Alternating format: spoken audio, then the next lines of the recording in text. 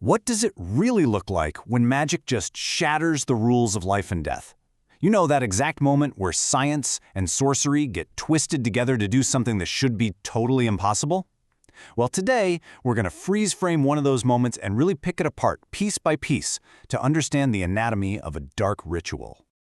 Okay, so look at this. This isn't just a picture, right? This is a whole story hitting its climax. It's a snapshot of something incredibly powerful, super dangerous, and yeah, deeply forbidden. You can almost feel the static crackling in the air. You can almost smell the ozone and those weird chemicals. This whole scene is just humming with this unnatural energy. And that really gets to the heart of it, doesn't it? What in the world are we actually looking at? What kind of power can bring bones back to life? And who would even have the guts to try and wield it? Let's treat this like an investigation and break this whole incredible scene down. So let's put on our arcane detective hats here. We're going to act like forensic investigators, going over every little piece of this puzzle.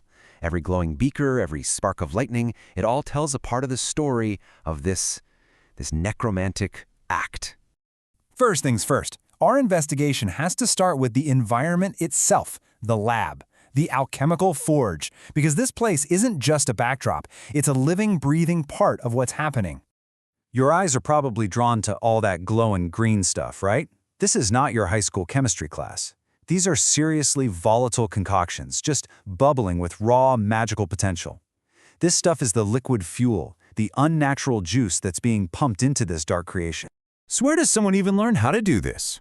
Well, look down. The floor is just littered with these ancient scrolls. This isn't some casual reading material. This is the source code, the actual recipe for the ritual. You can bet this stuff was hidden away for a reason, not just because it's dangerous, but because the knowledge itself probably corrupts whoever reads it. All right, so we've got the fuel and we've got the instructions, but what's the engine? Check out that thing in the corner, pulsing with that deep violet energy. That is the conduit. It's the arcane battery, just channeling raw magical power into the room. You see? It's the green alchemy and this purple sorcery working together. Those are our two key ingredients. With the stage all set, it's time to turn our attention to the architect of this whole thing, the shadowy sorcerer, the master behind this forbidden act. When you start breaking this figure down, piece by piece, it gets pretty creepy.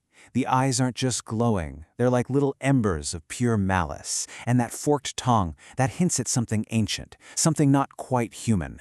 Its whole body looks like it's made of shifting shadow, like dark energy just decided to stand up and take a form.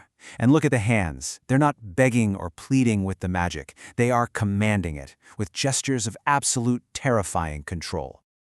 And this is the really crucial point here. This sorcerer isn't just casting a spell. It feels like its physical form is the dark power it's using. It doesn't just wield the magic. It is the magic, a living, breathing embodiment of all that forbidden knowledge from the scrolls.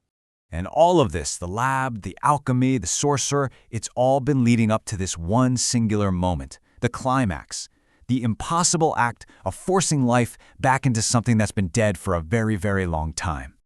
This is it, the point of no return.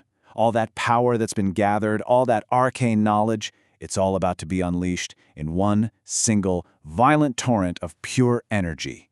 The final spark that's going to jump the gap between death and, well, something else. And there it is. You can literally see the fusion happening. It's not just electricity, it's this violent marriage of the green alchemical energy and that purple arcane power. It's surging through the skeleton, not just shocking it, but infusing it. It's rewriting the laws of nature right there in the bones. So, to boil it all down, we're watching a pretty clear three-stage process. First, the sorcerer is acting like a lens, focusing all the power in the room. Second, the skeleton is the target, a vessel just being force-fed all this raw energy. And third, the final result, a violent, totally unnatural animation. Dead bone is being forced to move, completely against the laws of nature. So, it worked. The skeleton is rising. But that brings up maybe the biggest question of all. It's not about how, it's about why. Why go through all this trouble? Why spit in the face of death itself?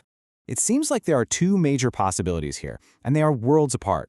On one hand, this could just be a mindless guardian, a simple animated tool programmed just to protect the lab. But on the other, much more sinister hand, could this be something more? A vessel for a trapped soul, maybe? A resurrected being with real intelligence, now forced into slavery? One is creating a tool. The other is enslaving a soul. And that's what I want to leave you with. As this thing made of bone and lightning struggles to its feet, your first thought is monster, right? Of course it is. But then you look at the shadowy figure controlling it all, the one with the knowledge, the power, the cold calculation, and you just have to ask yourself, who is the real monster in this room?